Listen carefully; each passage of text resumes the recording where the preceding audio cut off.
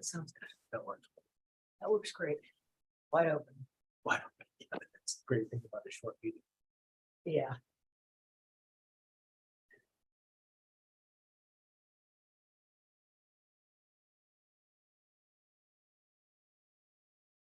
All right now. Okay. Well, good morning and welcome to the September 21st Vineland Reclamation Board. My name is Nell Wareham Morris, Board Chair. Let's do a quick roll call. Mr. Singletary. Here. Mr. Ortiz. Here. Ms. Duncan. Morning. And Mr. Mock. Present. So we're just missing Jill Nelson. We're going to go ahead with an approval of the August 22 summary of minutes. So move. I move approval. Second. Any discussion? Okay, all those in favor, please signify by saying aye. Aye. Aye. Aye. Those opposed, same sign. Okay, minutes pass. Approval of continuances and withdrawals. I don't see any. And let's go ahead with an executive director's report followed by division director's report. Mr. Mock. Morning, Madam Chair, members of the board, Director Brannon, Tim Mock, Deputy Director, Department of Natural Resources. A couple updates this morning. I think I might have provided this one last month, but just to make sure, our Wildlife Assistant Director, Doug Vilsack, was appointed to head up the Colorado Bureau of Land Management office. So he has left the Executive Director's office. Alice Horgan, our legislative director, has been appointed to serve as the acting assistant director for the foreseeable future. Along those lines, we will be posting a couple of new job announcements this week. Today, actually, we expect to release the announcement for the legislative liaison position, and then later this week, position for the Assistant Director for Energy Innovation. And then we're working on rolling out the job announcement for our tribal liaison who will work with tribal partners and provide guidance and expertise to all of DNR's divisions. Some of you may know Director Gibbs was appointed to the U.S. Fire Commission. They met last week for the first time in Utah. Basically broke up work assignments on various issues into subcommittees. They are tasked with making recommendations to the President and Congress on wildfire within the next year. Division of Forestry, the State Forest Service is now accepting applications for the Forest Restoration Wildfire Risk Mitigation Grant Program. Community groups, homeowner associations, utilities, nonprofit organizations are just some of those eligible to apply for the grants. The deadline to apply is October 19th. And also the federal community wildfire defense grants were also open for applications right now through October 7th. These grants provide funding to create or update community wildfire protection plans or complete wildfire risk reduction projects identified in FEMA approved hazard mitigation or community wildfire protection plans. There's 150 million available nationwide. The state will release a draft of Colorado's first natural working land strategic plan in October for public comment. This plan outlines strategies for reducing greenhouse gas emissions and sequestering carbon in Colorado's forest, grasslands, agricultural lands, urban green spaces, wetlands, and riparian areas. On to Parks and Wildlife, for the effort to reintroduce gray wolves into the state. Both the Stakeholder Advisory Group and the Technical Working Group held their final meetings in August, wrapping up a 15-month-long process to inform Colorado Parks and Wildlife staff as they prepare to present the draft wolf restoration and management plan to the Parks and Wildlife Commission in December. The TWIG, or Technical Working Group report, is available online right now, and Parks and Wildlife is finalizing the SAG report, and we'll make that publicly available soon. You all also may have heard in the news here that Colorado Parks and Wildlife have confirmed the presence of an invasive zebra mussel in Highline Lake located north of Loma, Colorado. Parks and Wildlife found a single adult zebra mussel on a piece of substrate, basically PVC pipe in this case, in the lake during routine invasive species sampling on September 14th. This is the first time an adult zebra mussel has ever been found in the state of Colorado, although 8 different reservoirs in Colorado have been temporarily suspect or positive for the larval life stage of the mussel since 2008. We're tracking the situation, and there are several positives to the situation in that lake largely receives water from agricultural ditches and doesn't have many outflows. And that being said, it does have high recreation use, so there'll be increased inspection standards on the lake for several years, which will inconvenience boaters. The naming advisory board, we had to cancel our meeting this week, are working on rescheduling that and are working to take up consideration of proposals renaming Mount Evans. We expect that to happen at the next meeting as soon as that is rescheduled. Colorado Oil and Gas, I might have also provided this, but just to be sure, that we received a formal notification from the Department of Interior that we received $25 million to plug and reclaim orphan wells on state and private land across Colorado. The effective date for the award is October 1st, and the department will have until December of this year to obligate 90% of the funds, while the remaining 10% must be obligated by September 2023. We've already been ramping up in anticipation for this, and so we expect to meet those deadlines. State Land Board, the affordable housing project on property lease from the Land Board at 13th and Sherman, across the street from the DNR building here in Denver, has nearly completed construction, and there was a ribbon cutting ceremony on September 14th with Governor Polis. And that concludes my updates. If there's any questions, thank you. Just out of curiosity, where will Mr. Vilsack office? My understanding is that he's out of, I believe, the Federal Center. Actually, I know he's at the Federal Center down there in Lakewood. Okay. Right, any other questions? Okay, Division Director report. Yeah, Ginny Brandon, Division Director. Good morning, everybody. Look forward to hopefully seeing you all in person next month. I will be brief. There's not much going on. Honestly, it's pretty much business as usual with Active Minds. And Inactive Minds is kind of winding down, or at least slowing down their construction season. So as we come into the fall and as those sites become inaccessible. So that's really pretty much it. I will say one thing. Russ may bop me over the head for mentioning this, but we get these spill reports, right, from CDPHE, and I'm telling you, it turns into a 3-ring circus.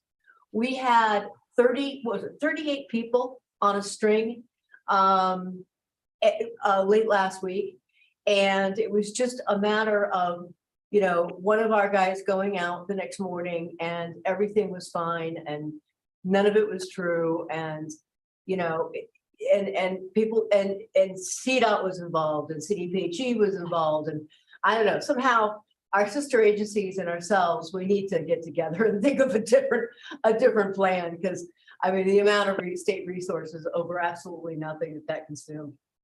As emails flew back and forth from people, person to person, well into the night. So, gotta find a better system. One of our goals. That's really all I have. Would you have any questions or comments? Sorry, Jenny, I couldn't hear you. What kind of report? There's a spill report hotline to CDPHE. Spill reports. Yep, Yeah. Yep, totally. Yeah. Yeah, I think that's a common challenge. It kicks off a 3-ring circus, honestly. So, but anyway, we just need to figure that out. Thanks. there's any questions or comments, I'll take those. Otherwise, it's really all I have. All right, not seeing anything else. Thank you both. Good reports. So we have one board action item, and then we've got some staff information and education opportunity for public comment. Pretty quick agenda here. So with that, I'm going to turn it over to Lucas West. This is item number 5, file number M-1978093. This is a operator's request for a second consecutive term of temporary cessation. All those who intend to testify, can you please just raise your hand and swear to tell the truth? Do. Yes, yes. The operator here as well, He is Mr. Galler. in case you intend to talk. Okay. And just remember to introduce yourselves so that we can capture that and take it away. Beautiful. Thank you, Madam Chair. My name is Lucas West. I'm the Environmental Protection Specialist out of the Grand Junction Field Office that brings this matter before the board today.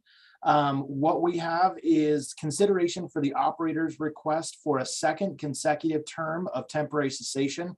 That's the second 5 years for the Newitt Quarry. The Newitt Quarry is located in Chaffee County. It consists of 26 acres in support of the surface extraction of limestone.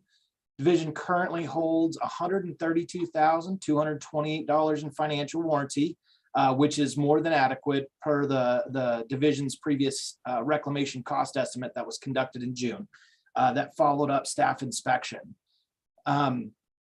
Really not much to present with this today. It's just the operator's request. A little bit of chronology is back in June of 2022, I conducted an inspection of the site with a pending TC request, which the operator subsequently submitted in August.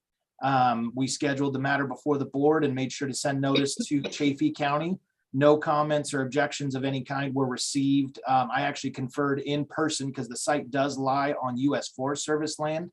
So I conferred in person with the Forest Service representative, and she had no issues with it whatsoever.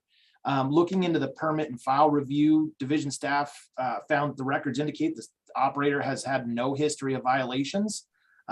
Everything looks good at the site. They are maintaining stormwater controls, maintaining weeds. The site looks fantastic. And so that takes us right into our staff recommendations.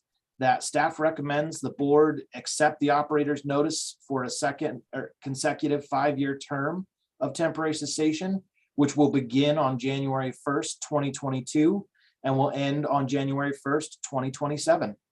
Like I said, short, sweet, to the point, unless the board has any questions for myself or the operator. Thank you. I would move we accept the staff recommendation for a second temporary cessation. I'd second that. Any discussion? Okay, all those in favor, please signify by saying aye. Aye. Aye. Those opposed, same sign.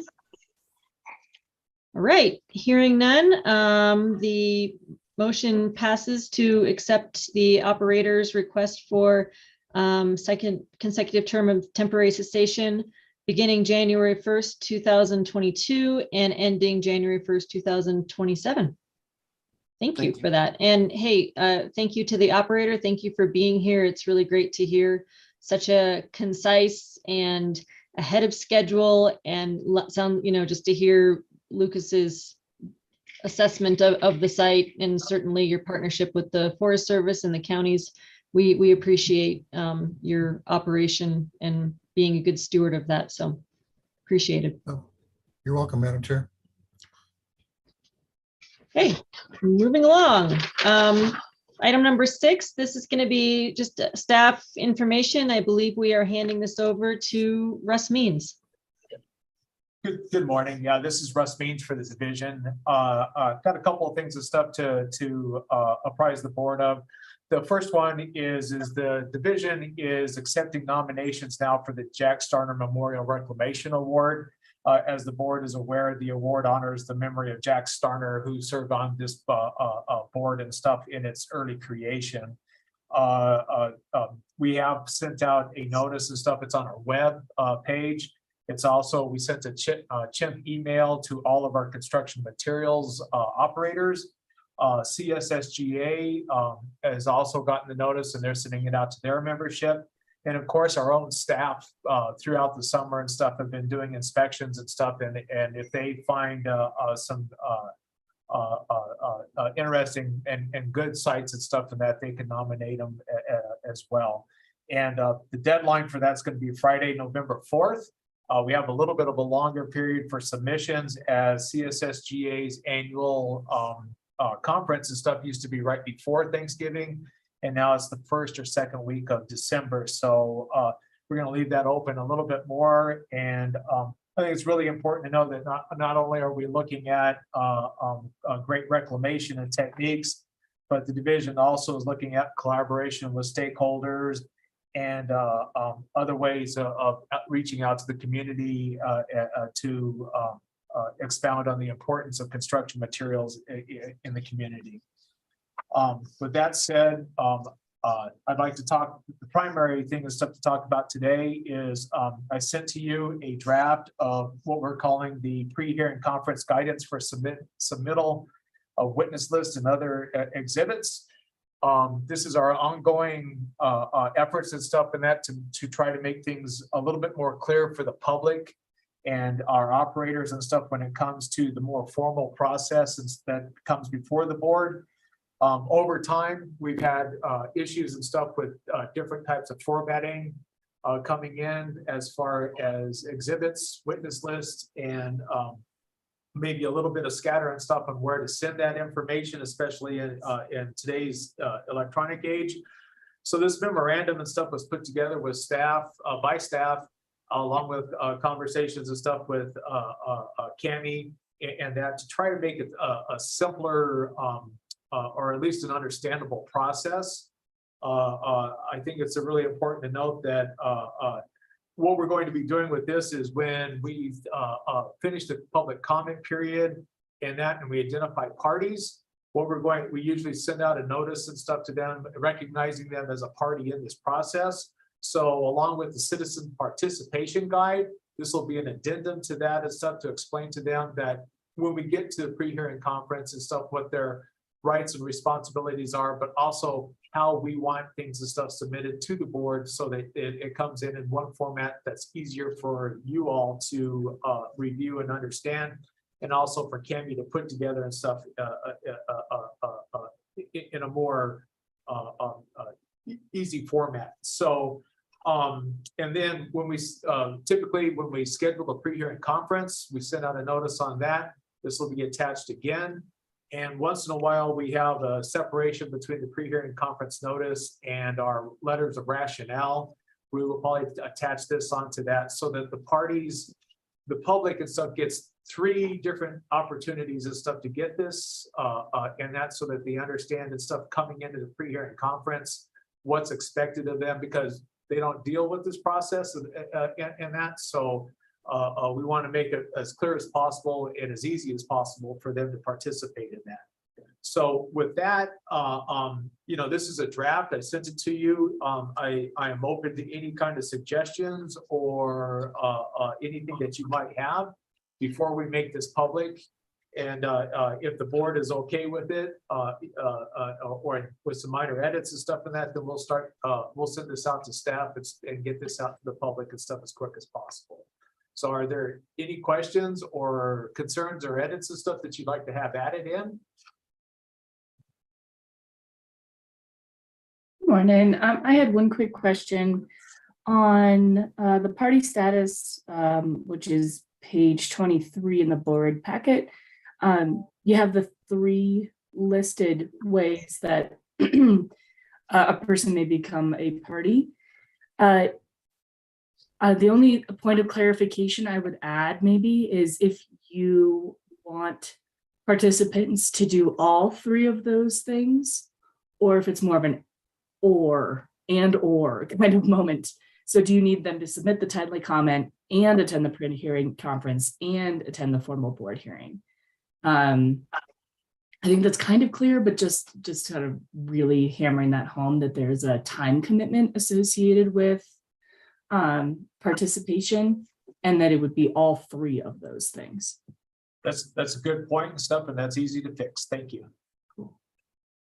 Yeah, and then my other question was, and you kind of highlighted it in how you introduced this, but as board members, we sort of see the final product.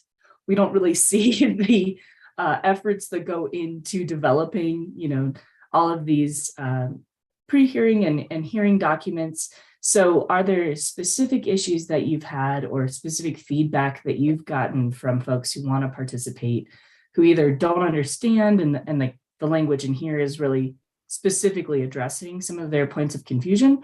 Or is this more of just like let's get it out there and then it's clear for everyone? I'm sorry, that's not a super clear question, but it's more just about, are you trying to hammer in on one specific issue, or is it more about just providing that guidance? I think over time, there's been different issues and stuff that are all addressed in here. I think one of the primary things that we're trying to tackle is the submission of information and stuff under one format. And also one point to send that to. Under the current process and stuff, information is sent to Cammie's direct email as the board administrator, and that comes in with her general emails and everything else and stuff, and it can get kind of lost, or it can be lost and stuff. She does a great job of doing that, but there's a potential there. And then the other thing is that she spends a lot of long hours and stuff trying to help people figure out how to submit in what format.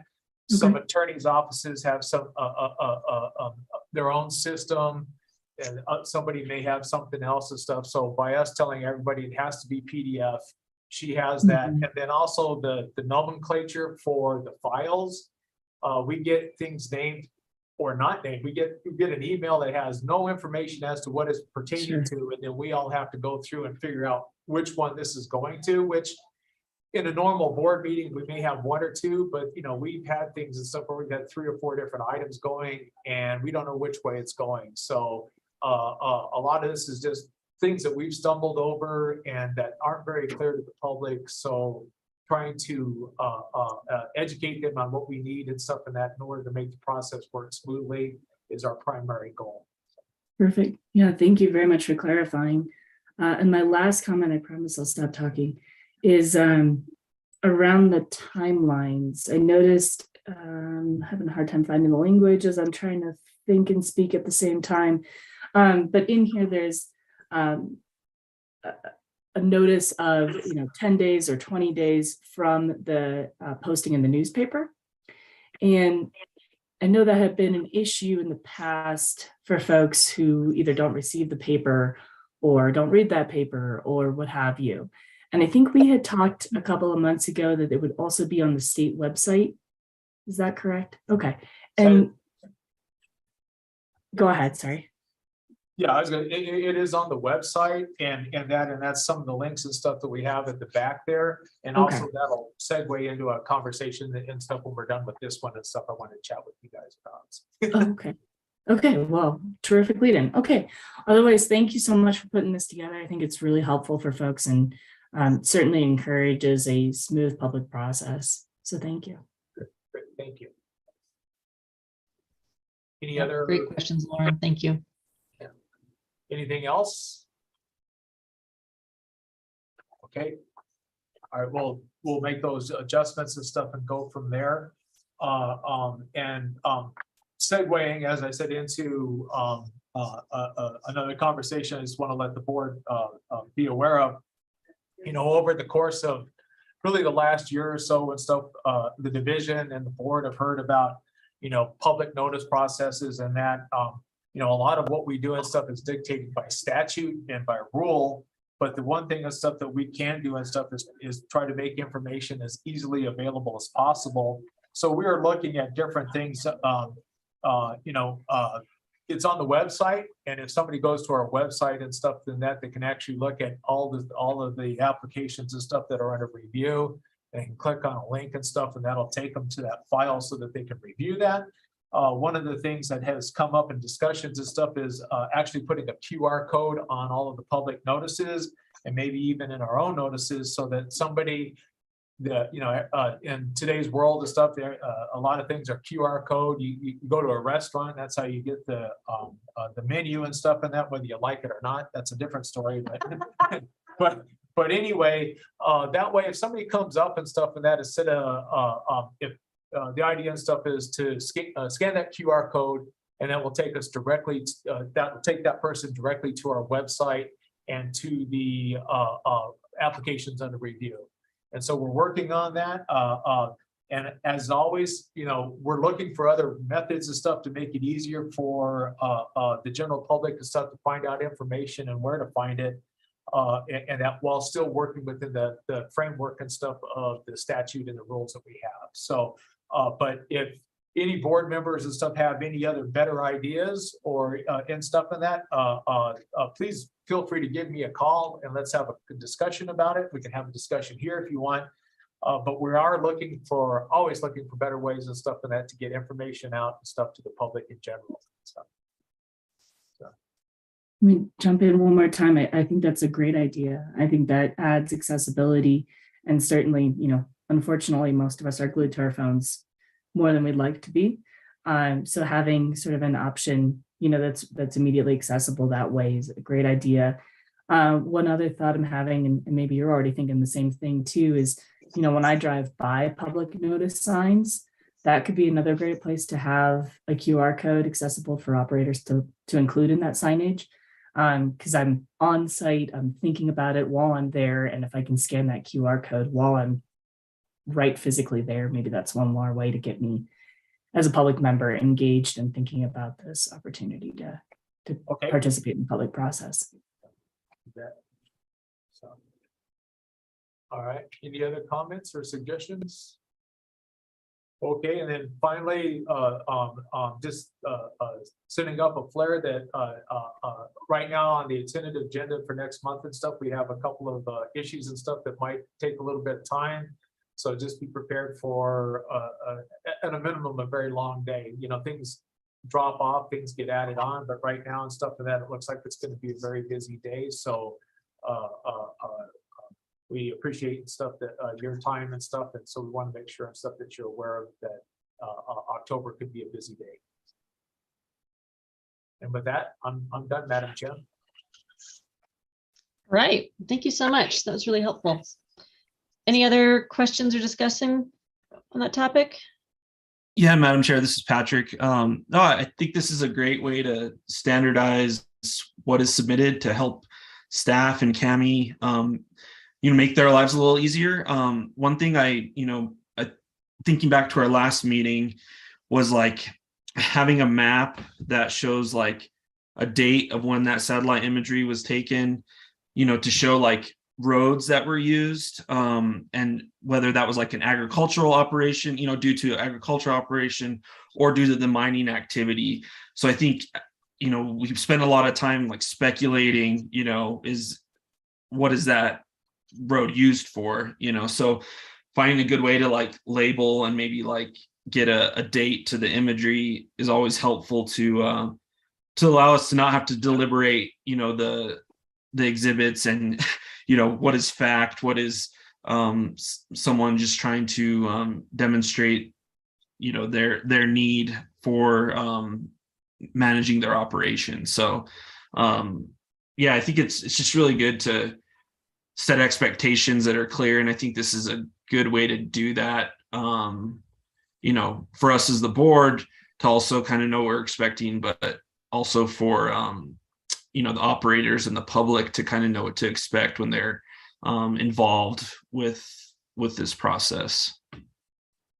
Great, thank you. And yeah, we had some discussions and stuff on the being a little bit more clear in our presentations and stuff and that to help out and stuff too and stuff. So that was duly noted after the meeting and stuff, and it's helpful and stuff to hear it again. So thank you. Anyone else? Okay, thank you. So I I don't think we have anyone for public comment, but just in case, want to ask the question? Any public comment? No, we're good. Nope. Okay. And do we have a reason to enter into executive session?